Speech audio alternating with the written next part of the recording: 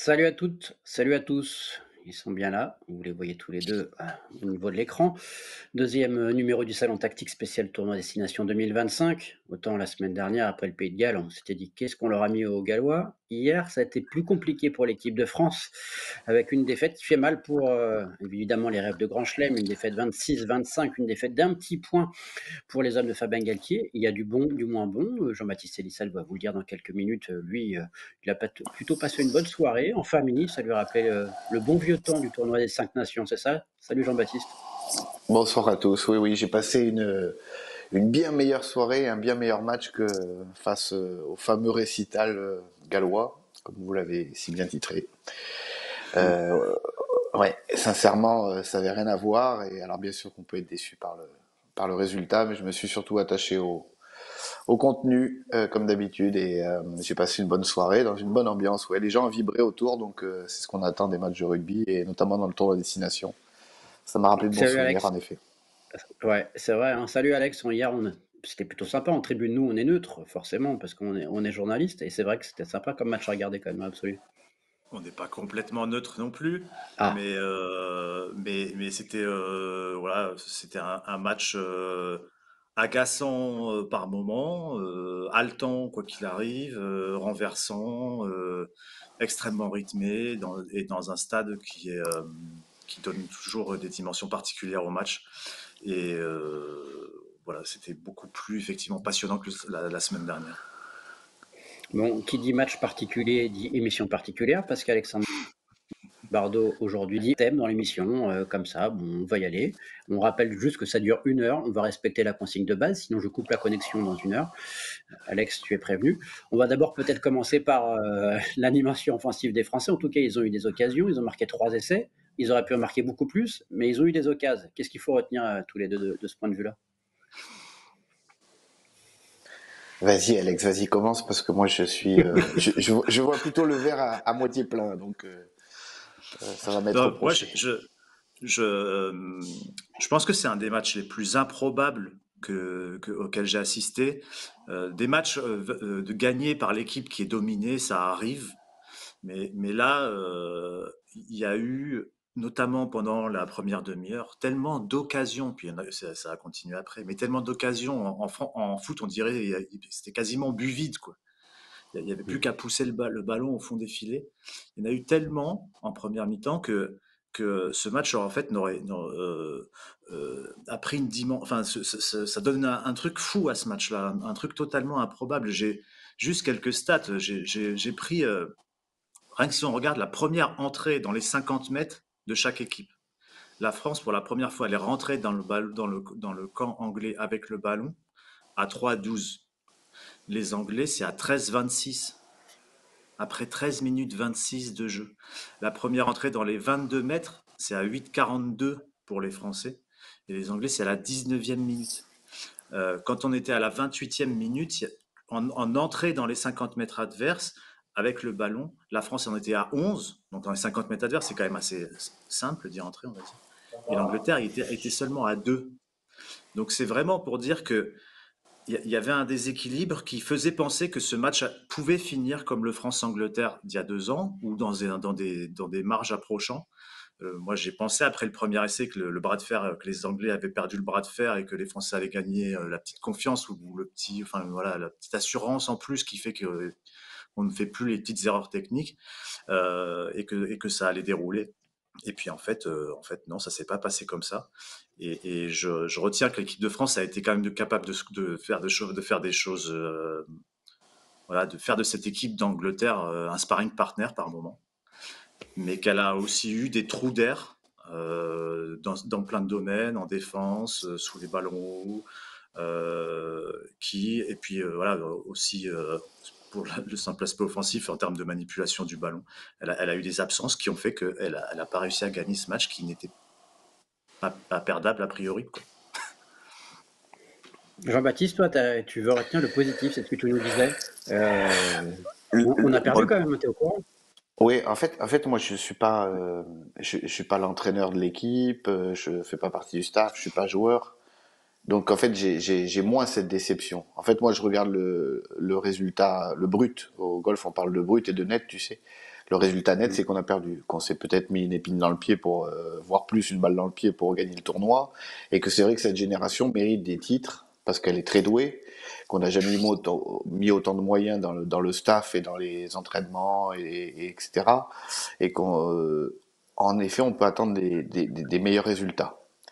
Mais par contre, dans le contenu du match, c'est la première fois depuis bien longtemps que j'avais pas vu la France utiliser entre guillemets aussi bien le ballon. Alors on parle de la finition, donc ça porte bien son nom, c'est le dernier geste. Mais on l'a vu des centaines de fois en foot. Alors en foot c'est encore plus particulier parce que t'as pas cet aspect combat et c'est vrai que tu peux être très dominé et gagner le match 1-0 à l'arraché à la fin et mettre le bus voilà devant le but. Mais là, ce matin, je me suis dit mais qu'est-ce qui s'est passé? Et j'ai regardé le match Angleterre, enfin Irlande-Angleterre, le premier match. Les Irlandais, aussi bons qu'ils soient, n'ont pas mis les Anglais dans les cordes comme nous on l'a fait. Sincèrement, je l'ai revu. Les Anglais ont même dominé les 10 premières minutes. Je crois que les Irlandais sont sortis de leur camp qu'au bout de 10 minutes. Il a fallu un trou d'air des Anglais entre la 60 et la 70e minute pour que les Irlandais gagnent ce match. Mais nous, on leur a entre guillemets roulé dessus. J'espère que que cette finition, ces derniers gestes, cette dernière passe, ces petits en avant, tous ces petits scories, ce n'est qu'un un petit phénomène momentané. Ça s'est passé sur ce match-là, c'est dommageable pour le résultat, mais je pense que dans le projet qu'ils veulent faire, qu'on voit bien dessiné par rapport à l'omniprésence d'Antoine Dupont et du monde qu'ils veulent mettre autour de lui, on a bien vu ces chaînes offensives se dessiner, on a vu une défense qui normalement devait nous défendre très haut et très vite, être sur les talons parce qu'elle était prise par tous les appels qu'il y avait autour des porteurs de balles. On a vu des mouvements de jeu debout et on a vu, oui, alors il y a eu 4 occasions dans les 12 premières minutes, mais il y en a 8 franches dans la partie, plus les 3 essais. C'est-à-dire qu'avec un peu de réussite, et à même 50%, il y a 35 points marqués par les Français. Voilà. Et moi, j'essaie de retenir ça parce que je veux pas m'arrêter au résultat. Voilà. Alors, bien sûr, notre mêlée a été un peu en souffrance, elle est trop sanctionnée. Bien sûr que sous les ballons hauts, on peut être un peu meilleur. Bien sûr qu'en défense, on a eu quelques, mais ça, on en reparlera tout à l'heure. Pourquoi on les a eu que ces trous d'air? C'est parce qu'on y a laissé beaucoup d'intensité aussi en attaque et qu'on était moins mobilisé sans ballon. Et puis qu'en face, on n'a pas non plus que des peintres, ils savent aussi bien jouer, et ils avaient cette fraîcheur quand ils sont arrivés dans les 30 derniers mètres pour marquer les Anglais. Mais par contre, voilà, bah, c'est peut-être mon côté un peu, je sais pas, optimiste, mais je me suis plus régalé là que dans certains matchs gagnés. Je pense même face au All Black au mois de novembre où on gagne de peu et on est au point de rupture. Là, je nous ai senti vraiment dominants et dominer cette équipe d'Angleterre de la tête et des épaules. C'est pour ça que, au bout d'un moment, j'ai dit inexorablement, on va finir par leur passer dessus. Et non. Tu dirais la même chose si tu étais membre du staff, comme tu l'as été? Non, parce que je serais déçu par le résultat net. C'est-à-dire que, ben, encore une fois, cette année, le titre s'éloigne. Ça fait quand même 5 ans qu'on travaille ensemble. On a fait un grand chelem. On a eu une piètre prestation et qu'à chaque fois en Coupe du Monde face pendant le quart de finale et à chaque fois qu'on a un match entre guillemets un peu couperé qui nous permettrait de jouer une finale ou de gagner, hormis une fois, on les perd quasiment tous. Donc il y a quelque chose à remettre à se remettre à travailler dans les scénarios, dans la gestion d'un match. Voilà, Fabien parlait d'un rug de plus. Je suis pas sûr que ce soit ça la solution parce que voilà, attaquer moins. Je suis pas sûr non plus parce on voit qu'on peut le faire. Voilà. Par contre, en effet, si j'étais dans le staff, je remettrais en question mon coaching. Je remettrais, alors pas forcément le coaching que j'ai effectué sur le terrain à la 60e minute. On peut discuter. Le remplacement de Jalibert pour moi est un peu bizarre, mais la sélection que j'ai fait pour mettre les joueurs sur le banc, j'ai trouvé le banc très fade. Voilà les questions que je me poserai. Mais sur le contenu, je serais plutôt rassuré de notre utilisation du ballon, notamment pour se créer ces 12 occasions franches. Voilà, c'est en fait, Alex, tu as des choses à nous montrer, euh, ouais.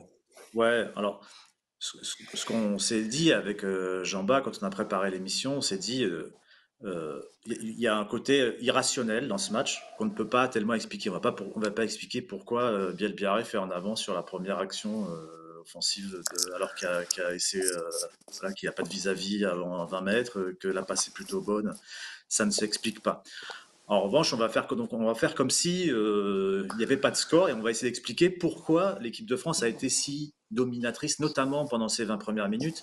Et ce qui est marquant, et Jean-Baptiste va l'expliquer, c'est qu'on a vu à 3 ou 4 reprises la même chaîne offensive, comme dit Fabien Galtier ou comme disent les entraîneurs, les mêmes enchaînements.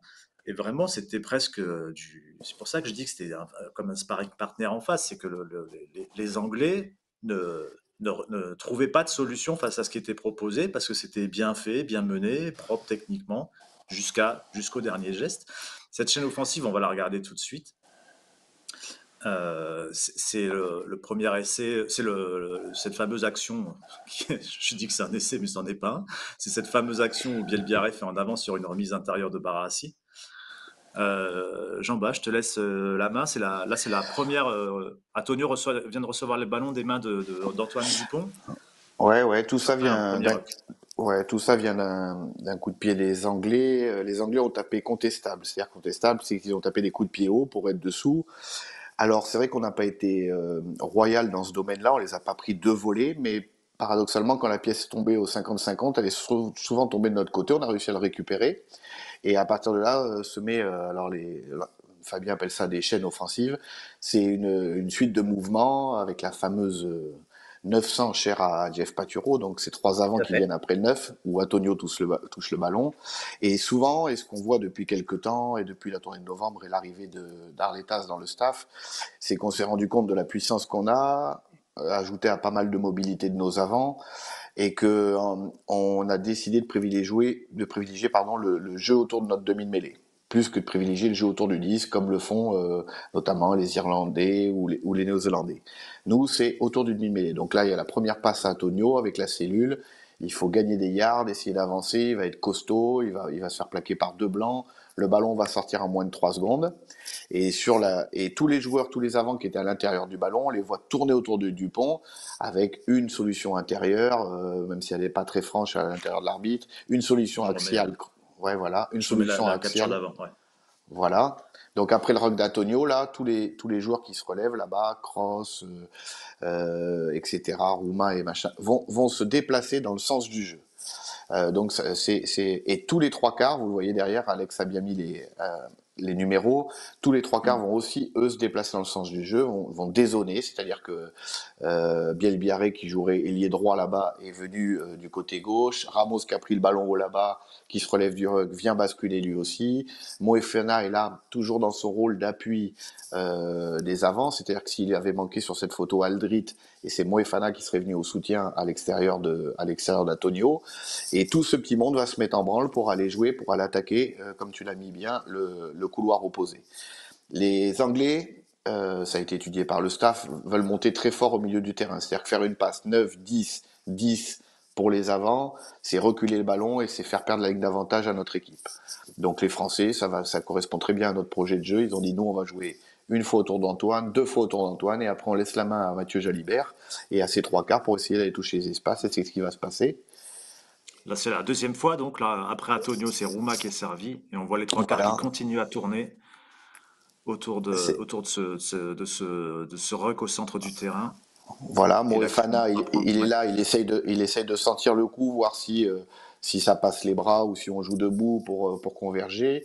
Et on va voir qu'il s'efface et qu'il, vas-y, mais la dernière action, voilà, il s'efface et il vient redonner une solution à Jalibert. Et on s'aperçoit que tous nos joueurs, on est parti du côté opposé là-bas du terrain, côté droit, on vient se porter sur le côté gauche. Et hormis un joueur, je pense que c'est Damien Penaud qui est resté collé à son aile. Et pour garder, vous voyez, 1, 2, 3, 4, quasiment 5 Anglais qui sont obligés de défendre le fermé. Et ben nous, on a tous basculé, notamment 5 3 quarts qui sont venus ici pour jouer face à 4 blancs et jouer les espaces. Et ça, c'est des chaînes que on n'a pas trop vu la semaine dernière parce que les Français, avec le temps, ont beaucoup plus insisté autour et sont passés directement du jeu d'avant au couloir par des passes au pied ou des passes lobées, on en a parlé. Aujourd'hui, Barassi, par exemple, lui s'est mis dans la ligne et on retrouve les déshonneurs, ce qu'on appelle, c'est-à-dire que les joueurs qui étaient à la source, Bielbiarré et Ramos, qui ont pris le ballon haut là-bas, ouais, ben on les retrouve ici sur la troisième passe après le 10 et c'est ça qui crée les décalages.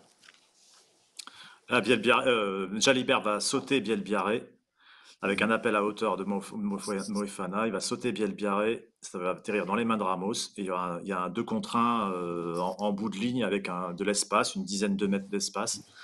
Cette situation, vraiment, on va la retrouver, je crois, 2 minutes plus tard, puis à nouveau, vraiment exactement la même chaîne de jeu, pas forcément en allant de droite à gauche, mais aussi de gauche à droite de l'autre côté.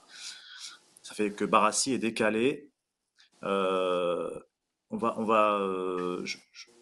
faire la capture suivante et puis on s'arrêtera sur un point qui est éventuellement intéressant. Barassi décalé. Là, c'est la remise intérieure vers Barassi. On voit que si Barassi prend le ballon avec sa vitesse, ses appuis, soit il vise le poteau de touche, soit il fait un crochet intérieur. Il a aussi des soutiens avec Dupont à l'intérieur. Il a Ramos qui est en mouvement. Donc il y a des solutions, c'est une énorme occasion d'essai. On va dire qu'à je sais pas, 70-80%, il y a essai, Jean-Bas. Oui, oui, en tout cas, il y aurait eu, si notre ami Biel Biarré attrape le ballon, je pense qu'il est Mm. peut-être repris si tant est qu'il soit repris, à 10 mètres ou 5 mètres de la ligne adverse. Et avec tous ces défenseurs battus, on voit que Movaca arrive, Boudéan arrive, oui, c'est des occasions très très franches. Arriver à passer derrière la ligne comme ça, à jouer des 2 contre 1 sur Marcus Smith qui est arrière ce jour-là, c'est des occasions très très franches qui sont normalement très rares dans une partie, mais qu'on a réussi à produire au moins 3 ou 4 fois. Alors, si je reviens un tout petit peu en arrière la capture précédente, il y a un point qui est intéressant, c'est que cet espace-là de 10 mètres le long de la ligne, il est souvent comblé dans les défenses par la montée de l'arrière dans cette zone. Là, les Anglais ont décidé, c'était le cas aussi en Irlande, de ne pas faire monter de l'arrière dans cette zone-là. Il est possible que les Français l'aient vu, non, Jean-Bas, qu'ils aient. Oh, ouais, ils l'ont certainement vu, ils l'ont certainement étudié. Les Anglais, en voulant monter haut et en voulant monter très serré comme ça, se disent qu'ils n'ont pas besoin de l'arrière, ou alors qu'en cas d'extrême urgence.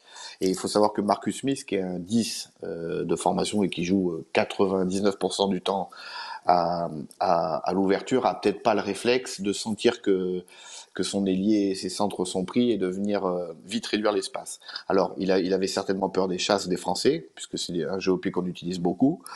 Et c'est pour ça, Fabien dit souvent, on donne une image à l'adversaire, mais on est aussi capable de la changer, d'être une équipe un peu caméléon, c'est-à-dire que voilà, les Irlandais, les Anglais se disent, l'équipe de France, si on monte trop fort, ils vont nous chasser. Mais là, ils sont pas montés. On a joué les espaces. C'est un peu le jeu du chat à la souris, et c'est plutôt bien joué, bien fait de la part des Français. Et en plus, Marcus Smith, on voit qu'il a pas, parce que sur la dernière capture que t'as, il est à 25 mètres de Barassi. Il pourrait quand même être entre deux eaux, c'est-à-dire couvrir le rasant en étant à 15 mètres, il est là s'il y a la passe et s'il y a le rasant, il peut se retourner, être le premier sur le ballon. Mais ça aussi dépend de sa couverture de son ailier opposé là-bas qui est important à mon avis. Donc, genre, ils ont adapté un peu leur jeu en fonction de la compo et du fait que Marcus Smith avait été replacé à l'arrière. Oui, et puis de ce qu'ils ont vu certainement, Mm. je te dis bon, c'était pas habituel de voir des passes après le 10 pour s'offrir à une défense très haute des Anglais. Les Irlandais avant de trouver la faille ont beaucoup subi. On avait montré 2 images la semaine dernière de la ligne d'avantage. Donc nous, ça nous correspondait très bien parce que nous, on fait très peu de passes après le 10. On utilise l'avant 2 fois, voire 3 fois avant de lâcher le ballon aux 3 quarts. Donc ça, c'est parfait. Et après, il y avait comment on va dans ces couloirs-là. On a vu que la semaine dernière, on n'a pas voulu y aller trop vite. Et c'est pour ça que Barassi et Moefana ont beaucoup participé au jeu avec les avances, jeu une passe autour d'Antoine Dupont. Alors que là, cette semaine, il n'y avait que Moefana qui avait ce rôle-là. Barassi, on l'a plus retrouvé sur la largeur du terrain. Et on s'est dit, comme il y a ces espaces-là, on met un relais de plus. Bon, là, il se trouve en position d'ailier. C'est Ramos qui vient faire le plus un, mais peu importe les numéros qu'on a dans le dos. Et on est passé par tous les relais et par le jeu à la main pour aller dans les couloirs. Tout simplement. C'était ce qui était assez énorme, je pense, vu de la télé aussi, mais vu du stade, c'était la facilité finalement avec laquelle l'équipe de France arrivait dans ces espaces avec de la vitesse et pour avancer. Et il n'y avait rien dans la défense anglaise qui posait problème. Alors les Anglais pourtant étaient plutôt costauds au milieu du terrain. Il n'y avait pas forcément de grosses avancées de la part des avants qui étaient chargés de concentrer la défense. Mais par contre, le ballon sortait bien, l'enchaînement se faisait vite. Il n'y avait pas de grain de sable jusqu'à donc la finition. Jean-Bas, est-ce que toi, de ton côté, hormis ces gestes, ces imprécisions techniques, il y a quelque chose dans la finition qui t'a posé problème, soit en termes de choix, soit en termes de stratégie? Non, j'ai regardé l'interview de Fabien Galtier qui dit on aurait peut-être pu passer par un ruck de plus. Mm. Allez, si on va chercher, il y a si vous vous souvenez, il y a Biel Biarré qui déborde sur le côté et qui essaye de faire une passe de basketteur, une passe lobée Je vais la montrer. pour Movaca Et à à Thomas. quelques Ouais. mètres de la ligne. Ok, peut-être ce cas-là, car le défenseur est entre les deux, mais j'en suis même pas trop convaincu. Je pense que, et je souhaite que ce Je soit t'arrête juste juste, entre Jean-Bas, là, guillemets, on ouais, voit donc Biel Biarré voilà, au milieu de trois Anglais et avec trois c'est ça. soutiens qui Il va y a choisir de quelques, faire une passe un peu lobée. ouais, voilà, qui va choisir de faire une passe un peu lobée. Alors oui, en effet, l'histoire dirait que si on avait fait un rock de plus, mais je suis pas convaincu. J'espère croire que c'était un épiphénomène. Je sais pas comment on peut dire. C'est arrivé, ça arrive pas souvent, mais voilà, c'est arrivé ce jour-là. Autant de gâchis sur la dernière passe et le dernier geste. Mais moi, ce qui m'intéresse, c'est tout ce qui s'est passé avant. Et tout ce qui s'est passé avant était plutôt bien fait. On a vu quelques erreurs de passe un peu longues, une sur Roumat après un break qui vient dans cette cellule de 900, la passe d'Antoine un peu trop haute, et puis avec une grosse montée défensive, le ballon dégueulé. Bon, là on peut faire mieux, ça c'est du structurel, mais dans ce qui est de tout le reste, des initiatives prises, cette pénalité à la main jouée par Penaud à 90 mètres de la ligne, ça peut être laissé, on peut être de l'essai de l'année ou l'essai du tournoi à un véritable gâchis parce qu'Antoine essaye d'attraper le ballon est un peu haut, il essaye d'attraper le ballon à une main, et alors que c'est pareil, c'est un essai tout fait, et pourtant on part Je vais d'une la mettre, pénalité à la main, voilà, ce départ-là aussi qui est de un peu, Penaud. ouais, qui est un peu Juste lunaire. pour situer dans le match, on vient de défendre pendant une cinquantaine, quarantaine de secondes. Il y a toujours 0-0 donc, et pénalité sur une faute au sol des Anglais. Et les Français sont à 5 mètres, 6 mètres de leur ligne, et Penaud décide de la jouer vite. Ça va donner effectivement cette situation à nouveau de but vide avec une passe de Ramos vers Dupont, un tout petit peu devant Dupont, que Dupont va pas réussir à rattraper, avec pourtant 10 mètres à courir devant lui. Et à nouveau une occasion envolée. Et la question donc qui s'est posée à un moment au stade, et peut-être aussi pour les gens devant l'écran, même si au stade on voit mieux certaines choses, notamment tout ce qui est en dehors du champ des caméras, c'est qu'on a, à partir de la 25e, 30e, on a senti chez les joueurs français une fatigue, une plus grosse difficulté à se Mm. déplacer. Et ça a rappelé un peu le France-Irlande d'il y a 2 ans à Dublin, qui était avec une première mi-temps assez fantastique, tout feu, tout flamme, où les Français avaient décidé de jouer, y compris dans des zones où à l'époque ils n'avaient pas l'habitude de jouer. Ça avait donné un essai extraordinaire de Damien Penaud sur un ballon qui traînait dans les 22 mètres français. Mais ça avait aussi été critiqué a posteriori par Fabien Galtier, et notamment parce qu'en fait, il y avait eu un effet boomerang.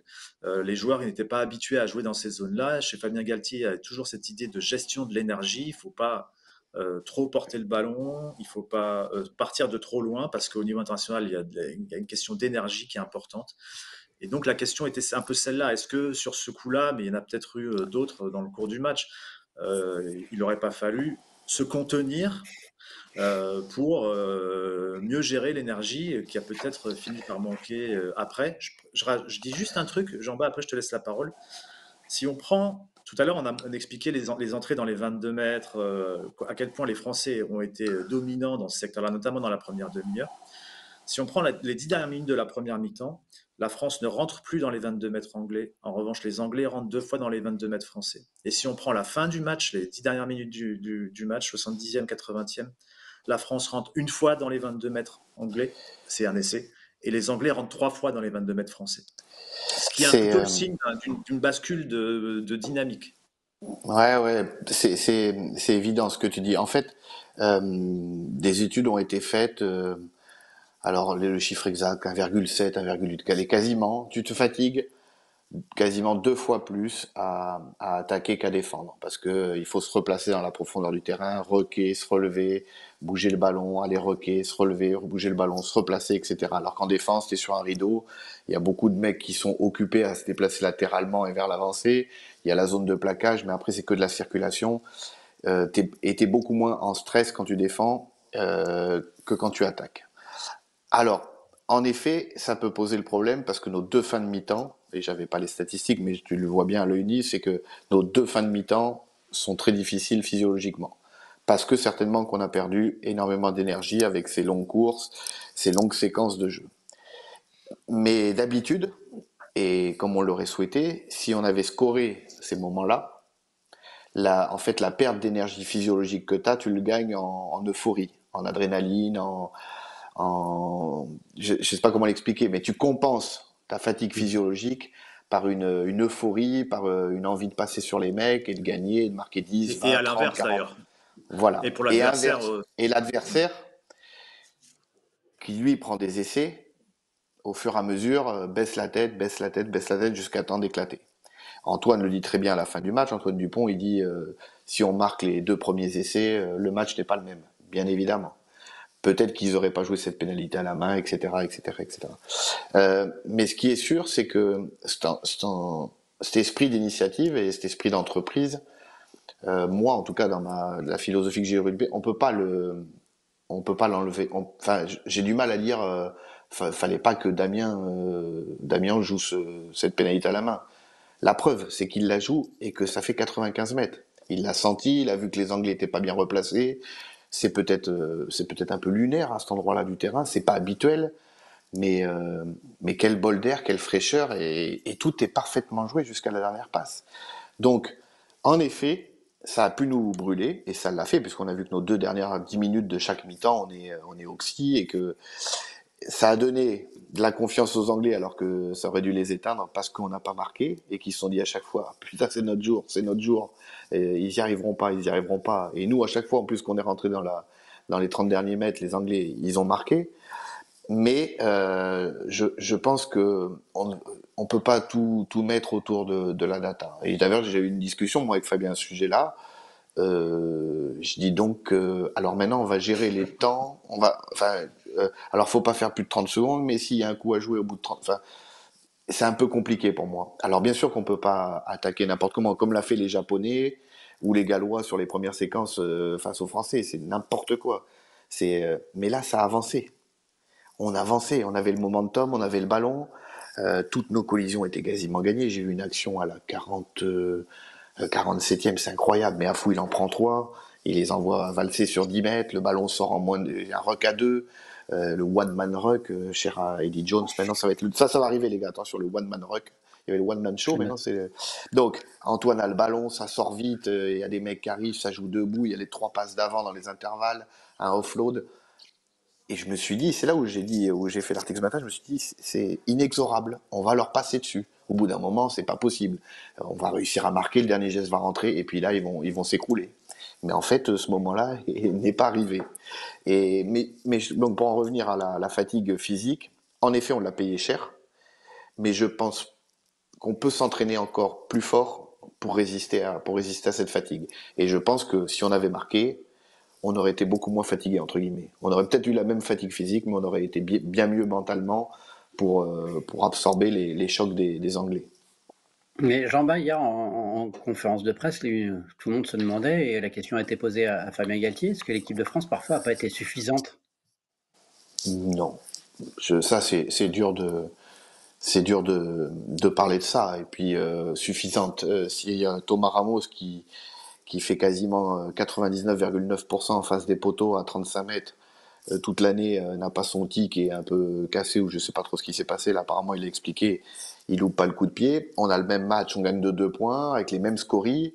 On dit bon, on a gagné quand même et suffisant, non, je le pense pas. Sincèrement, il y a peut-être des gestes qui vous laissent penser ça, la Chistera de Movaca, mais quand il a fait il y a 3 mois contre l'Argentine, tout le monde crie au génie. et personne ne le relève. D'ailleurs, on l'oublie. Moi, je m'en souviens. J'ai dit c'est un geste assez osé, mais il le fait. Là, il essaie de le faire. Bon, le ballon tombe, mais en plus, c'est un essai. Ça marque derrière. Mais la suffisance, non, j'y crois pas. Fabien a bien répondu. Je pense pas que ça correspond à cette équipe-là. Ils ont trop de leaders naturels. On voit Thomas Ramos comment il s'agace d'ailleurs sur comment il parle. Il doit mal lui parler à En pleine Movaca sur action. l'action. Ouais. Ouais, en pleine action. Et je sais les mots qu'il a dans ces moments-là. Antoine, il aime pas trop ça non plus. On a assez de leaders. Je pense que Greg Aldrid, quand il se relève de mêlée et qu'il voit le talonneur faire des chisteras, ça doit pas lui perdre non plus. Mais je pense qu'il y a assez à l'intérieur du groupe de mecs qui sont là pour remettre les choses en place.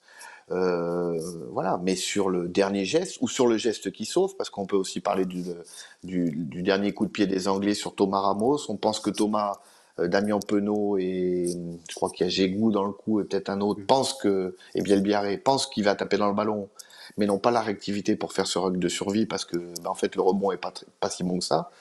Ça, c'est des gestes qui comptent. Et c'est vrai que dans ces petits micro-détails, donc, la finition mais c'est pas pour moi, c'est pas de la suffisance. J'ose l'espérer, un phénomène qui s'est passé sur ce match-là, à ce rendez-vous-là, mais qu'on va gommer et qu'on va résoudre pour les prochains matchs. Exceptionnel. Ouais. Il y a eu le sentiment qu'il y avait un effet de contamination sur le terrain aussi quand, à partir du moment où il y a cette première pénalité de Ramos ratée, puis cet en avant de Bielbiaré, il y a eu beaucoup de fautes de main, il y a eu un en avant de Penaud quasiment sous les poteaux, qui donnait l'impression que il y avait un- un doute qui contaminait l'équipe ou un sentiment d'urgence qui contaminait l'équipe et qui lui faisait faire des petites erreurs. Bon, on n'a pas vu assez de joueurs hier pour pouvoir en parler.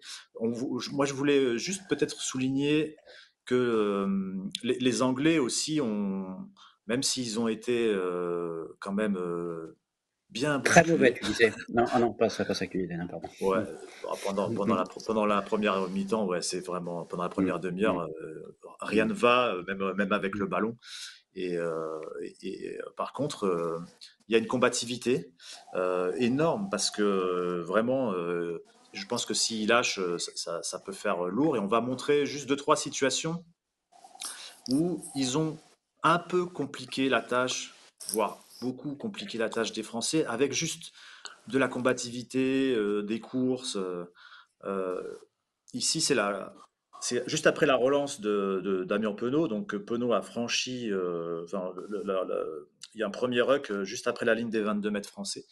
Et on va suivre à partir de ce moment-là Finn Smith et Luke Kowandiki. Donc, Finn Smith, numéro 10, qui se relève. Luke Kowandiki, talonneur. Le ballon va être éjecté côté gauche d'Antoine Dupont. Et les Français vont avoir beaucoup, beaucoup, beaucoup de champs. Mais Finn Smith et Kowandiki, ils vont jamais lâcher leur effort. Le Kowandiki, notamment, c'est le plus marquant au départ parce que je pense qu'il s'était dit ne surtout jamais laisser les intérieurs, ne surtout jamais s'arrêter à l'intérieur pour éviter qu'Antoine Dupont fasse son spécial. Et donc, pendant 40 mètres, là, il va courir à côté de Dupont. Il va même à un moment mettre le bras devant Dupont pour essayer de l'empêcher d'aller vite. Il joue talonneur, hein, on le rappelle. Finn Smith, il est déjà ici aussi. On voit qu'il s'est vite relevé, qu'il est en train de se replier. Et le résultat, c'est que quand il y a ce ballon avec Bielbiaré, aile gauche, avec un 1 contre 1 à jouer, ben, à l'intérieur, il a une potentielle solution de passe sur Jalibert et sur Dupont, mais elle n'est pas non plus gagnée, cette solution de passe, parce qu'il y a deux joueurs, il y a deux défenseurs qui reviennent. Donc ça complique un tout petit peu la tâche des Français. Et on va voir que l'action va rebondir ensuite avec un relais de Ramos.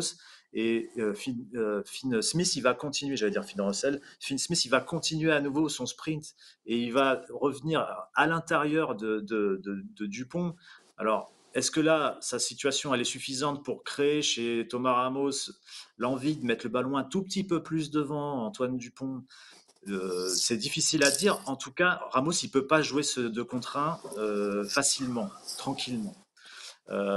Et ça, c'est au mérite des Anglais.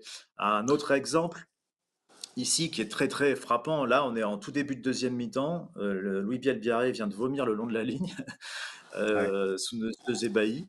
Et il arrache un ballon des mains de Marcus Marcus Smith. Smith, qui est emporté par son élan et fait, comme on le voit, il fait 2-3 mètres de plus après, il glisse au sol après s'être fait arracher le ballon. Et là, il va pas relâcher du tout son effort. Marcus Smith, il va se replier à toute vitesse. Je crois que non, j'ai pas gardé la capture, mais il va se replier à toute vitesse. Et en fait, à l'intérieur du ballon, au moment où cette fameuse passe lobée de Louis Bielbarré vers Movaka, sur laquelle Movaka va faire en avant, ben, au moment où Bielbarré lâche ce ballon, eh ben, il y a Marcus Smith qui est à l'intérieur, qui s'est replié à toute berzinque et qui fait que Louis Bielbarré doit faire cette passe un peu lobée. S'il n'y a pas Marcus Smith, Bielbarré il fait une passe classique par le bas et Movaka la rattrape aisément. Là, il est obligé à faire un petit geste supplémentaire, une petite passe lobée qui va arriver du coup un peu haut, que Movaka va devoir récupérer à une seule main. Il peut quand même marquer, mais il fait en avant. Et la dernière, alors là, c'est plus en termes de technique que de combativité, même si là, on voit Curie, il y a déjà 2 plaqueurs sur Antoine Dupont, on est à 5 mètres de la ligne, Dupont a choisi de partir après un ruck. 2 plaqueurs, dont un en haut, qui n'est pas n'importe qui est Maro Itoge. Ben, Curie va faire petit effort supplémentaire, il va aller au ballon directement, mettre une main sur le ballon, il va tirer fort pendant 2 secondes et il va faire lâcher le ballon à Antoine Dupont sur donc une occasion d'essai enfin pas d'essai à ce moment-là, mais on est à 5 mètres de la ligne anglaise et il y a de la vitesse, donc ça peut être une situation intéressante. Voilà, ils n'ont pas été brillants, mais ils ont été combatifs et j'entendais à un moment pendant la conférence de presse hier Borswick dire chapeau parce qu'ils bossent beaucoup et je pense que quand il disait ils bossent beaucoup, il pensait notamment à ce qu'ils ont fait sur le terrain, quoi. Ils ont beaucoup bossé, ils se sont mis ils ont essayé en tout cas ils sont pas lâchés, ils se sont mis dans des situations Ouais. ils ont essayé de se mettre Ils avaient dans des peur situations peut-être. Peut-être qu'ils avaient imprévisibles. peur, non? Tout simplement, Ben, comme tu disais. Ils avaient moi, je peur pense de. ils ont le mérite, ils ont eu le mérite de s'accrocher. Ils ont vu qu'on ne scorait pas. À chaque fois, ça leur a donné un petit supplément d'énergie au lieu de les enfoncer. Ils ont quand même une troisième ligne qui a été très très dense au niveau du plaquage. Un 5 de devant qui est assez mobile. Et ils ont depuis, alors ils perdent les matchs de peu aussi, alors à part celui-là qui gagne de peu, mais dans la tournée d'automne, ils ont perdu quelques-uns de peu sur des scénarios un peu incroyables contre l'Australie et tout ça, mais ils sont là, ils sont en reconstruction, ils sortent il y a 2 ans de prendre 50 points, etc. Ils sont en train d'essayer de retrouver une identité aussi, j'ai l'impression. Et tout ce que tu montres là, Alex, ce sont des bons signaux pour l'entraîneur. Au-delà, encore une fois, de même si on cache le score, c'est de se dire que mon équipe, on a des joueurs qui se battent. Ça aurait été facile pour Marcus Smith. Cette action, c'est un peu, en plus, elle est un peu, elle est incroyable. Ça fait des échanges, ça part dans un sens, il y a un coup de pied Penaud qui tape dans le sens, et Marcus Smith décide de contre-attaquer un peu à la. Il est cuit, tu sens qu'il est cuit, et il se fait arracher le ballon. Il aurait pu se mettre, allez, rester à 4 pattes et se dire bon, allez, bon là, bien barré, je le reverrai à la télé la semaine prochaine. Eh ben non, il s'est relevé, il s'est battu. Alors que pourtant, c'est pas, on pourrait croire que ce garçon doué, talentueux, machin, c'est pas sa première spécificité. Kowandiki, on pourrait le penser, mais Marcus Smith, peut-être pas. Et voilà. Et la semaine dernière, en Irlande, ils sont aussi battus parce que les autres, ils ont bastonné, ils n'ont pas trouvé les solutions, ils sont montés fort et tu sens que cette équipe, elle est en train de progresser là sur ces derniers mois, même si les résultats n'ont pas été très bons pour eux. Et Jean-Bas, parfois, ces dernières semaines, on disait que le banc français avait fait du bien. Là, on a l'impression que le banc anglais a été meilleur. Ouais, ça a été l'une de. Donc là, si on se remet dans la peau de l'entraîneur, qu'on regarde le résultat net, donc ok, on a parlé de la finition, notre mêlée, je trouve Winnie tombe souvent, il avait été déjà tombé beaucoup face aux Gallois. Alors, est-ce que c'est les autres qui trichent? Est-ce que c'est lui qui est un peu fatigué? Mais tôt dans le match, donc on n'a pas une mêlée très dominante, à défaut, pas dominée non plus, mais on n'arrive pas à faire. Au niveau international, c'est un peu plus dur, mais on n'arrive pas à faire cet effort-là. Pourtant, c'est notre fonds de commerce. Et puis quand Jean-Henri Colombrandt, c'est toujours une ou deux pénalités prises et une qui nous coûte cher. Pourtant, il a le talonneur de mêlée à côté de lui, c'est Marchand. Il a Cyril Bail qui est frais à côté gauche. Voilà, la rentrée d'Oradou est entre guillemets un peu faible. Alors, même si c'est lui qui loupe les coups d'envoi, il n'y a pas que lui sur l'action parce qu'il y a ses lifters aussi qui font peut-être pas très bien le job. Mais je l'ai vu une ou deux fois subir énormément en défense, vraiment se faire aplatir, quoi. Enfin, je le trouve léger. Et c'est pas tant notre coaching momentané qui a pas été bon, c'est peut-être la sélection des joueurs qu'on a mis sur le banc et qui peut poser question. Le 6-2, alors qu'on fait pas rentrer le 2, enfin, on fait 6-1 du coup. Gaëton est pas rentré. Ah ouais. Dans ces cas-là, pourquoi on n'en fait pas 7-1, tant qu'à faire rentrer. Ouais. Et pourquoi pas 5-3, échanger la charnière, mettre Dupont à l'ouverture, enlever. Enfin, voilà. Ça m'a posé problème. Euh, mais plus que le coaching, c'est peut-être la sélection des joueurs sur le banc qui, voilà, qui est rentré, je ne l'ai pas vu. Giroud a eu 2-3 fulgurances sur les 10 premières minutes et après il s'est éteint. On le voit dans une séquence des Anglais à la fin, là, il arrive plus à circuler autour des rucks, il est en grande difficulté physiologique lui aussi, alors qu'il est normalement frais, mais il s'est vite asphyxié. Le petit Le Garec a pas trop pesé dans le Money Time, bien au contraire, voilà. Donc ouais, j'ai senti à partir de la 55e là, inexorablement, donc par rapport et ben que à force de gâcher et en voyant les autres se refaire la cerise, qu'inexorablement on allait perdre sur un coup de dé dans le Money Time et c'est ce qui s'est passé à la fin malheureusement. Ce qui a compliqué la tâche des Français, c'est que, en plus de leur de leur inefficacité offensive, ils ont été aussi friables défensivement. Il y a 4 essais encaissés, je crois que c'est pour 8 entrées dans les 22 mètres, donc c'est beaucoup, hein, Jean-Bas, tu confirmes? Oui, oui, oui, oui, oui, oui. Et puis c'est des essais entre guillemets. C'est pas, on n'a pas subi pendant 12 ou 15 temps de jeu où les mecs tiennent le ballon et bon, ils jouent très bien au rugby, super. Ça a été Hmm. les fameuses fulgurances que nous on faisait avant. Et ben là, ce sont les Anglais qui l'ont fait, quoi. Ça a été des, Hmm. des, des chaînes très rapides en fait, hein, quand on a pris les essais. Alors, on va revenir sur 3 des 4 essais pour essayer de comprendre ce qui n'a pas fonctionné. Dans le premier cas, on va évoquer un cas qui est assez sensible, c'est celui de Mathieu Jalibert. D'ailleurs, Ça, tu as c'est, reçu beaucoup de messages, Alexandre, hein, j'ai reçu des messages et- aujourd'hui de gens Mm, mm. agacés que j'ai pointé du doigt la défense de Mathieu Jalibert en me disant vous imputez la défaite à Mathieu Jalibert. Je n'impute pas la défaite à Mathieu Jalibert du tout, Menteur. mais Mathieu, Ouais. mais Mathieu Jalibert a raté 5 plaquages. Et la curiosité, voilà, l'esprit journalistique, on va dire, m'a donné l'envie hier soir après le match d'aller décrypter ces plaquages, de comprendre ce qui s'était passé, de voir si ça avait eu un impact sur le match, ces plaquages ratés. Et il se trouve que 3 de ces plaquages-là interviennent sur une séquence de 2 minutes 30 qui conduit au premier essai anglais juste avant la mi-temps. Et on ne va pas dire que c'est la faute de Mathieu Jalibert, cette défaite. On a fait plein de papiers pour dire qu'il y avait tout un tas de circonstances qui ont fait que cette équipe de France a perdu. On peut même dire qu'il y a des Toulousains qui ont fait des erreurs, parce que j'ai l'impression que c'est plutôt les Bordelais qui veulent défendre Jalibert.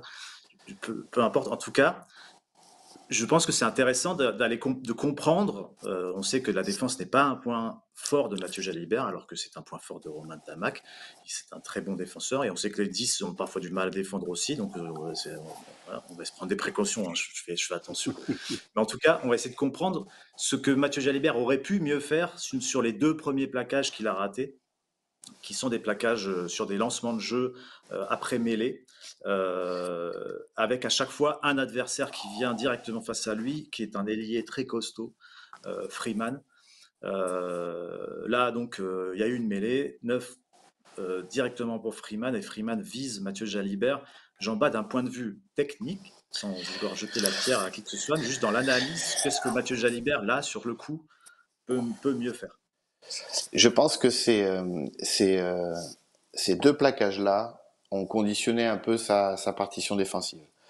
J'étais pas un très grand défenseur et quand je me suis retrouvé à l'ouverture, certains entraîneurs ont essayé ou m'ont demandé si je voulais être protégé, aller à un autre poste, autre endroit du terrain pour pas plaquer. Et en fait, Mathieu, c'est un peu gênant. Donc là, c'est pas ce qui a été choisi par le staff. Je pense que Mathieu, sur ce premier plaquage, il est beaucoup trop haut.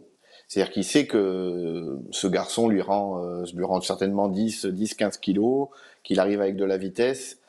Il voit dans son attitude que il y a pas, de toute façon, il est pour lui, puisque on voit que Moefana à côté prend Slade, il y a personne à l'intérieur et que c'est Dupont qui s'occupe quoi qu'il arrive de l'intérieur et que si ça passe dans le dos, ça a Barassi de s'occuper du numéro 10. Donc c'est du 1 contre 1, c'est du men-men. Et je pense que dans son cadrage, arrivé au dernier mètre, alors c'est une fraction de seconde, mais on voit qu'il est beaucoup trop haut. C'est-à-dire quand tu es déjà moins costaud, si en plus tu veux aller plaquer au ballon ou essayer d'arrêter un mec très haut comme ça, eh ben, tu t'exposes à ce qui vient de se passer à partir sur les fesses. Dans son, Mathieu là, il doit monter vite les 4-5 premiers mètres pour réduire l'espace pour que le 14 prenne le moins de vitesse, piétiner au moment de l'impact et à 1 centième de seconde avant l'impact, se baisser, se mettre en cadrage avec des appuis forts et viser en dessous des hanches parce que il y a un rapport de force qui est trop déséquilibré. C'est un mec qui doit faire 95 kilos, Mathieu en fait 85 maximum. 84. Voilà, tout habillé, il en fait 85. Donc là, sincèrement, en choisissant de le prendre haut, c'est vraiment la pire des options qu'il peut faire. Et je pense que ça, c'est rentré dans sa tête. Là, il s'est dit, Ça merde, j'ai conditionne loupé. le plaquage suivant, Et, et ça conditionne exactement le plaquage suivant. On est qui tout a à lieu fait, une voilà. 48 plus tard, à nouveau sur une mêlée. Donc, ce qui est intéressant, c'est que cette action-là enfin, ce premier plaquage fait que les Anglais on rentre facilement dans les 22 mètres français, parce qu'il y a un ballon rapide. Freeman avance sur 2-3 mètres, il y a un ballon rapide, un petit coup de pied de chasse du numéro 10. Les Bleus sont sous pression, ils se dégagent, ils rendent un ballon relançable pour les Anglais, et le ballon, du coup, revient à proximité de l'embut français. À nouveau une mêlée et le premier attaquant, à nouveau Freeman qui vise Mathieu Jalibert. Chabat, Voilà. je te laisse. Et comme Mathieu a dans sa tête le dernier lancement, le même un peu plus loin, là il y a encore plus d'urgence parce qu'on est très près de la ligne. Là, Mathieu monte très fort parce qu'au départ, ils sont sur la ligne d'en but, hein, monte très fort sur ses 5 premiers mètres pour aller le chercher. Et au lieu d'attendre le dernier moment pour se mettre en bas, se met très tôt, très bas sur ses appuis avec les fesses un peu en arrière. Et là, Freeman, pas Morgan, pas l'acteur, non. Freeman tout court, je sais pas son nom. Notre ami ailier, là, le 14, et bien lui, Tommy, c'est Tommy Freeman. Tommy, pardon, son cousin, Ouais. au lieu d'aller lui péter dans la gueule, et ben fait juste ce petit cadrage, ce petit crochet extérieur, ce petit cadrage des bords, et lui casse le bras droit. Voilà, donc je pense que le premier influe sur la posture de son deuxième. Il aurait dû avoir la posture sur le premier déjà au dernier moment, parce que si on se met trop bas, trop tôt, on a les pieds dans le béton et on est trop facilement, c'est trop facile pour l'attaquant de nous travailler. Voilà, il y a un temps, c'est très difficile, allez, 1 centième de seconde avant que le mec arrête sur toi, c'est peut-être 1 ou 2 mètres où tu te baisses, tu vas cadrer et tu te jettes dans les jambes. Sur le premier, il est trop haut. Sur le deuxième, il se met bas trop tôt et il est un peu sur l'arrière, les pieds dans le béton et il se fait prendre. Voilà. Est-ce qu'il aurait fallu, la question, je l'ai posée ce matin dans ce papier, parce qu'en fait, l'an dernier, par exemple, contre l'Irlande, avec Danty et Ficou comme centre, je crois, le choix avait été fait de mettre Mathieu Jalibert sur les lancements de jeu en deuxième centre, ce qui lui permettait aussi avec sa vitesse de gérer les grands espaces au large et de ne pas se retrouver directement dans la zone de collision qui est celle du numéro 10, qui est une zone très clé. Ouais, c'est possible, c'est possible. Il y a des équipes le font. La Rochelle est spécialiste en la matière parce qu'ils protègent toujours, que ce soit le petit Reus, bon, qui est parti à Montpellier, ou Astoy, ou il y a West, ils le mettent en position de second centre, ou des fois même dans le couloir, sur les Euh, touches, à la place L'Australie où faisait il ça est. avec Follet, je me rappelle, le couloir. Voilà. Il y a des parades à ça. Alors, moi, j'en suis pas trop friand parce que ça demande pas mal de minutes et d'entraînement de practice et de focaliser un joueur comme ça qui avait déjà pas mal de pression par rapport au contexte, Ntamak, Jalibert, en Ramos, machin, et lui dire bon ben alors bon, on te met sur le terrain, bon c'est un peu par défaut déjà parce que c'est l'autre qui a pris le carton, mais tu sais que t'es pas le choix numéro un, t'es parti en novembre, mais en plus tu vas pas te mettre à plaquer parce que t'es nul en défense, on te met à l'aile ou au centre. Il y avait une part de management aussi là, j'imagine dans le groupe, voilà. Et puis peut-être que ça a été étudié et que tout simplement Mathieu a dit non non, il n'y a pas de problème, je défends toute l'année à l'ouverture à Bordeaux, je vais le faire là aussi et vous inquiétez pas, voilà. Là aussi, Damien Penaud a loupé beaucoup de plaquages. Alexandre Rouma, il en a pas loupé beaucoup, mais il en a fait 4. Pour un deuxième ligne, c'est très rare à ce niveau-là. Donc, où était-il, je sais pas. On peut tout expliquer, mais je pense pas que ça soit. Oui, c'est un point d'amélioration pour Mathieu pour le niveau international parce que ça, c'est quand t'es ciblé après, et moi j'ai été pas mal ciblé parce que je défendais un peu comme ça aussi. Quand t'es ciblé après, ben ça donne ou Brock James, voilà, beaucoup de doubles d'ouverture étaient ciblés. Quand t'es ciblé, ça donne une grosse indication quand même d'un point faible à l'adversaire. Euh,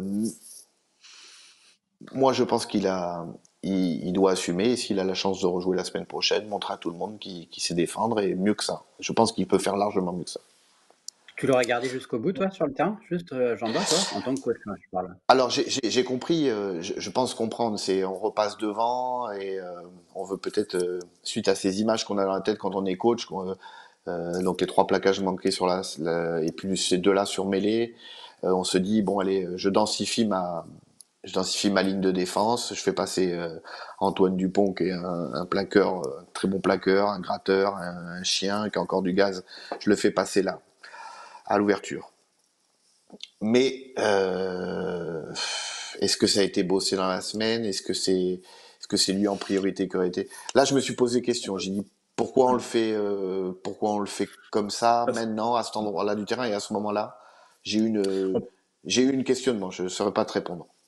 on peut souligner quand même que Mathieu Jalibert, s'il a eu ses plaquages ratés, si à un moment il a fait une petite passe qui a mis Oradou sous pression dans les 22 mètres aussi, à part ces choses-là, il a fait un très bon match offensivement avec beaucoup de sobriété. On l'a vu dans ses animations quand Jean-Baptiste parlait en début de match. Il les a super bien menées. Il a jamais fait le pas de trop. Il a On sait été que c'est quelque chose patient, qui ouais. peut lui être reproché. Il a été patient et il a aussi déclenché quelques coups en deuxième mi-temps dans les 10 premières minutes de la deuxième mi-temps avant sa sortie, qui montraient qu'il montait en puissance, qu'il prenait confiance. Et effectivement, par rapport à ça, le choix du coaching interroge. Voilà. Sincèrement, je l'ai trouvé. Alors, je vois encore le verre à moitié plein. Dans le contexte où c'était, d'ailleurs, je l'ai écrit la semaine dernière, j'étais persuadé que c'était Thomas Ramos qui allait jouer. Par rapport au projet de l'équipe de France, au système, etc. Il y À avait des blessés, on Bordeaux, a dit. Mm. voilà. À Bordeaux, Mathieu Jalibert prend beaucoup de jeux à son compte. C'est-à-dire que c'est une fois autour du 9 et après c'est autour de Mathieu. Une fois autour du 9, après autour de Mathieu. Autour de Mathieu, il est au fond du terrain, il déclenche les contre-attaques, c'est lui qui met les par-dessus. C'est beaucoup centré autour du 10. En équipe de France, c'est beaucoup centré autour du 9. Donc ça, peut-être explique cela. Là, il a été très patient. Et puis, il a joué juste. Il n'a pas été trop loin, il a eu un très bon jeu au pied. Alors oui, il y a l'enchaînement de cette séquence à 3 plaquages manqués et de ce ballon récupéré dans les 22 qui jette un peu comme une grenade au gros qui se présente à côté de lui. Mais je me dis aussi que voilà, il a un mec de 120 kilos à côté de lui. Bon, voilà, c'est pas non plus un parpaing qui lui C'est jette. Oradou, Ouais, et ce pauvre Radou fait une manette à et ça 120. nous remet voilà, ça nous remet sous pression dans les 22. Et peut-être que quand Fabien parle de chaos, CAH, etc., euh, et ben il est là le chaos. Et il est peut-être aussi dans la tête de Fabien à ce moment-là et de son staff. Et ils disent, bon attends, il loupe, bon là il a acheté le ballon, allez on le sort, on met Antoine, attention ils reviennent fort. Voilà, il y a eu peut-être un peu de précipitation, mais c'est vrai que ça je l'ai pas compris, ce coaching-là, et j'ai entre guillemets pas vu l'apport du banc comme on en a parlé tout à l'heure. On va regarder les deux autres essais de fin de match en rappelant que il y a eu avant ces essais-là des ratés sur des renvois qui pèsent très très lourd. Il y a 3 renvois perdus en deuxième mi-temps, ça pèse très lourd dans le déroulé du match. même si un renvoi réceptionné n'aurait pas forcément signifié une action d'essai, etc. Mais ça veut dire que tu repars dans le camp adverse et c'est plus compliqué pour l'adversaire. Là, donc, Oradou vient de lâcher ou de se faire lober par un renvoi et les Anglais arrivent à proximité des 22 mètres. Je décris la situation, Jean-Bas. Finn Smith reçoit une passe, donc l'ouvreur anglais reçoit une passe de son demi-mêlée. Il est plutôt en profondeur et il est orienté vers sa gauche à lui. Et on voit que ça a un impact sur la couverture, sur l'anticipation de Thomas Ramos qui, voyant l'orientation de corps de Finn Smith, commence à partir côté opposé, donc vers sa droite, à Thomas Ramos. Et parallèlement à ça, sur l'aile opposée, on voit Freeman qui est contre la ligne complètement et Louis Bielbiarré qui est à l'opposé. Le ballon va revenir vers eux. Ça a une inspiration, hein, Jean-Bas, pour toi. Finn Smith, finalement, après avoir orienté son corps à gauche et fait semblant d'aller jouer de ce côté-là, change de sens et lâche une petite chandelle, pas très haute, mais un coup de pied dans le dos de Bielbiarré. Le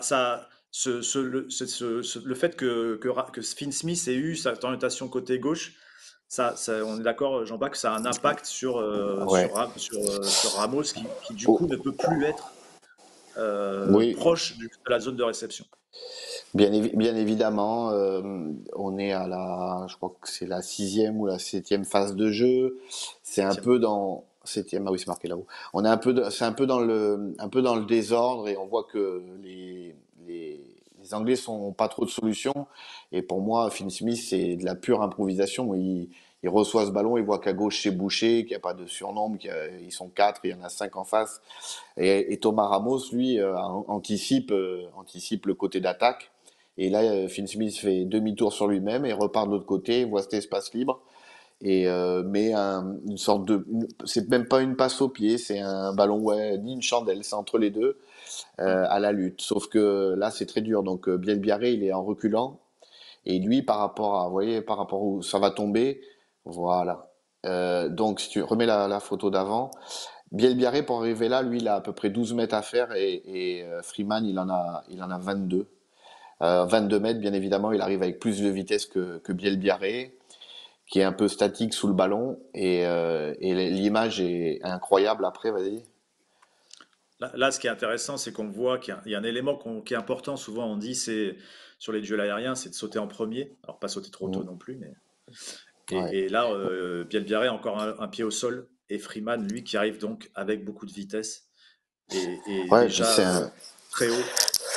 c'est un saut, tu vois, tu sens que c'est un saut vers l'avant, quoi. Enfin, Ouais, ouais. il est à pleine vitesse et ce qui est incroyable à ce moment-là de la partie, avec les conditions climatiques et certainement le ballon un peu glissant, c'est d'arriver, c'est l'image d'après là que tu m'as montré, voilà, c'est d'arriver à aller attraper le ballon. Alors ça se joue à 10 cm, hein, mais attraper le Mhm. ballon comme ça, à pleine vitesse, en allant très haut, à deux mains, sans le mettre entre guillemets dans la niche, là, se servir de ses coudes et de ses bras pour le contrôler, c'est du très haut niveau. On Et va je dire peux que les pas Français en ont forcément. raté des plus faciles Mm. samedi. Ouais. Alors là aussi, il faut faire le tri parce que c'est vrai Des qu'on réceptions on de les a. passes, Ouais, je veux dire, des passes voilà, simples. c'est ça. Ah oui, oui, oui. Voilà. Et c'est vrai, c'est vrai. Et en fait, le geste qu'il fait là, il est assez improbable.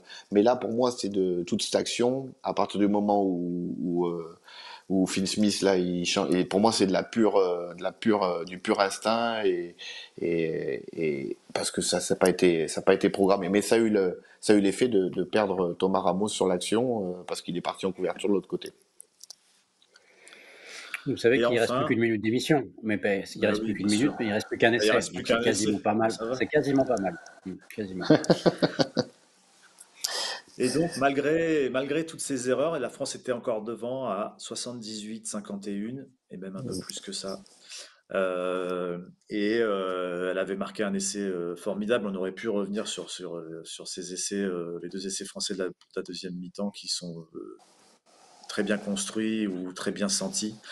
Mais il y a cette dernière situation, cette dernière touche obtenue par les Anglais après un cafouillage dans un ruck, sur lequel on va pas revenir non plus, mais on s'est dit, il y a quand même quelque chose à raconter cet essai anglais, et notamment sur la défense française. Le premier aspect, Jean-Bas, c'est qui Ben, défend dans c'est le la... ruck, dans le maul, Ouais, c'est... pardon. Dans le ball, donc c'est une On va pénale voir touche. que il y a du monde, On et peut être notamment sûr que... Ouais. On peut être quasiment sûr que le ballon, qu'ils vont faire un ballon porté à ce moment-là du match, ou peut-être un faux ballon porté, mais à partir du moment où on les voit redescendre et se mettre en structure, malheureusement, donc Antoine Dupont qui est numéro 10 à ce moment-là, vous le voyez à gauche là, et tous les avants français sont investis dans le ballon porté pour les contrer, et même Damien Penaud, bon, qui est normalement plus, sur l'aile et le droite, mais Garay qui est sur le fermé. et le Garec est sur le fermé. Donc de l'autre côté, numéro 10 Dupont, numéro 12 Moefana, numéro 13 Barassi, le 14 Bielbiaré et Le 11, Thomas Ramos qui Bielbiarré, et doit le 15, fermer. Ramos. Oui, Ouais. voilà, ailier gauche, pardon, ailier. Et donc on est 5, 4 plus un avec Thomas Ramos là-bas qui est à l'extérieur. Et eux en face, ils ont toute la famille, le 10, les deux ailiers, donc ils sont On 6. va le voir tout de suite là. Donc là sur Vas-y. Mitchell, on est en train de le voir, il sort le ballon. Donc on est vraiment on va se retrouver dans une situation avec Antoine Dupont, Moefana, Barassi et Bielbiarré qui défendent. Voilà. Et tous les autres sont battus, concentrés par le môle anglais. Voilà. Donc la situation idéale voudrait qu'à l'intérieur d'Antoine Dupont, qui est numéro 10, normalement, on ait un ou deux troisième lignes qui permettraient à Antoine Dupont de cadrer le numéro 12 adverse. Cette 13. animation Ouais, offensive, ouais, le numéro 13, enfin celui qui ouais, ok, touche ouais. le ballon en position de le numéro 13.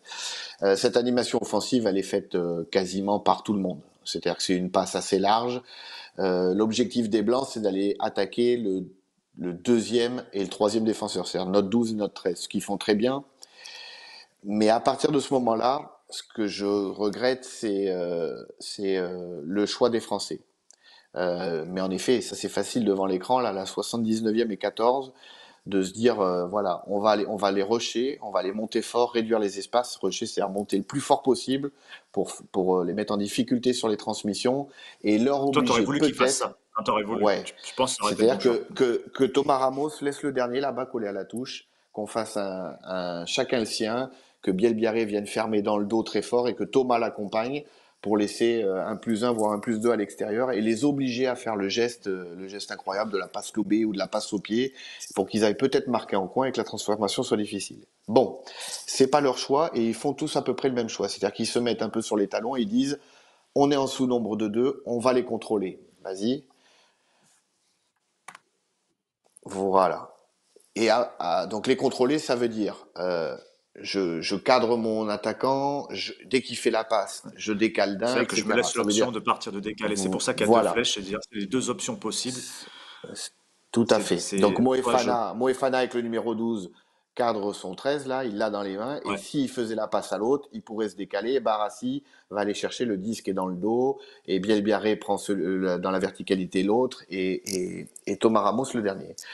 Sauf que là, sur l'image d'après, on voit que tout le monde décide de contrôler.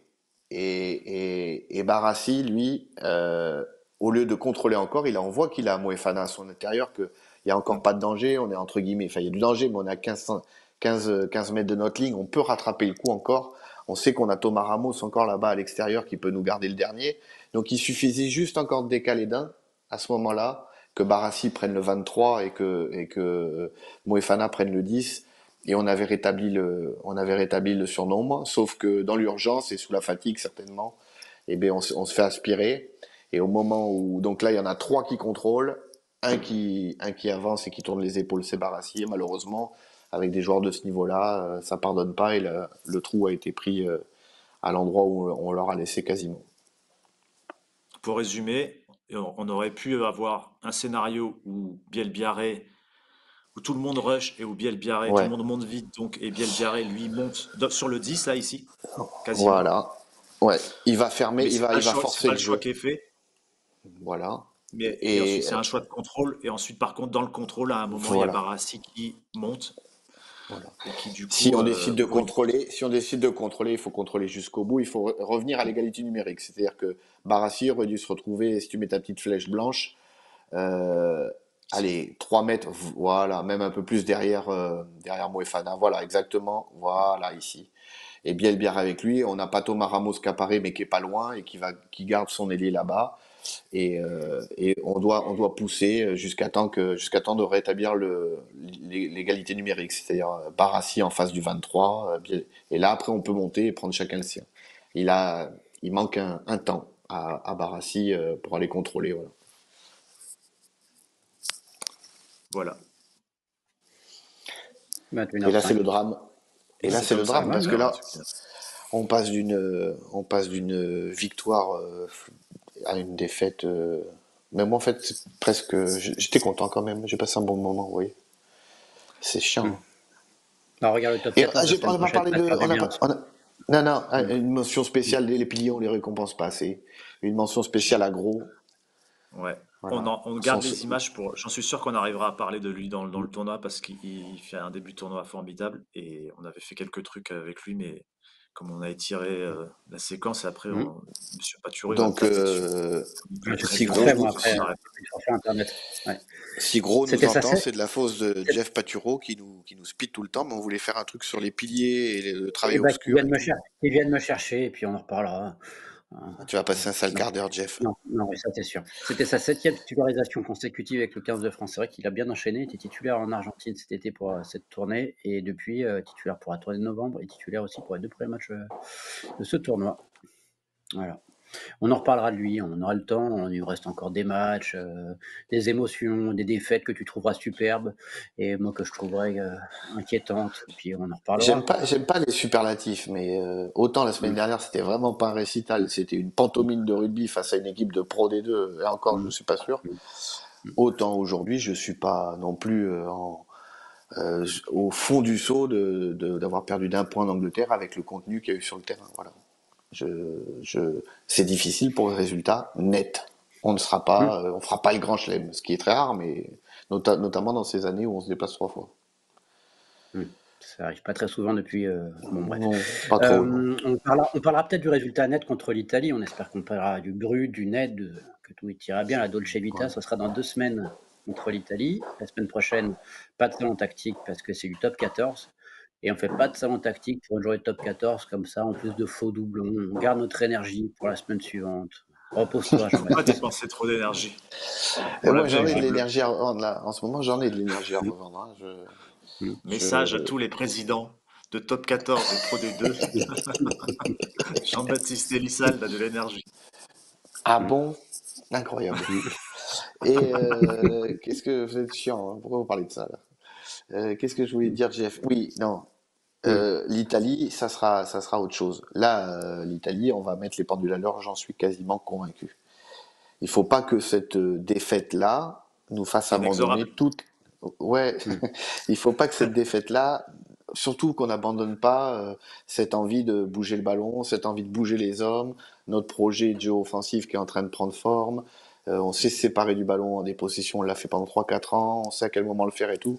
Voilà, pour moi c'était un épiphénomène de on a mal fini. Mais il faut croire en ce Mmh. projet-là. Voilà. Un peu Mmh. l'image du Faudrait PSG de Dembélé, tu vois. Ouais. Ou alors on fait Ouais, jouer mais Dembélé. il faudrait gagner les matchs importants aussi à un moment. C'est ça, ce sera notre débat, c'est pas le salon tactique, Ça mais sera, c'est c'est tout, ça. c'est tout. C'est tout. Il faudra bien J'arrête, jouer et j'arrête, gagner les j'arrête. matchs. Moi Ils aussi, sont j'arrête. tous importants. Ah bon? D'accord, on en reparlera.